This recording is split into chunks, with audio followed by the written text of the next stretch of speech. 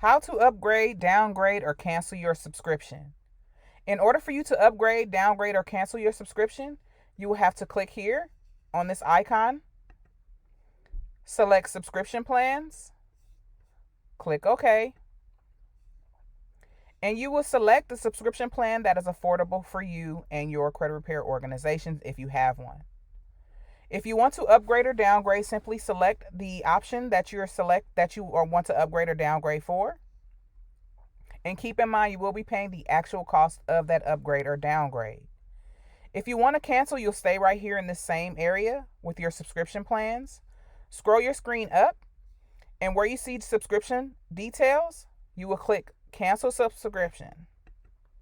Upon you clicking Cancel Subscription, you will get a notification asking you if this is something that you are sure you want to cancel, and you will click OK.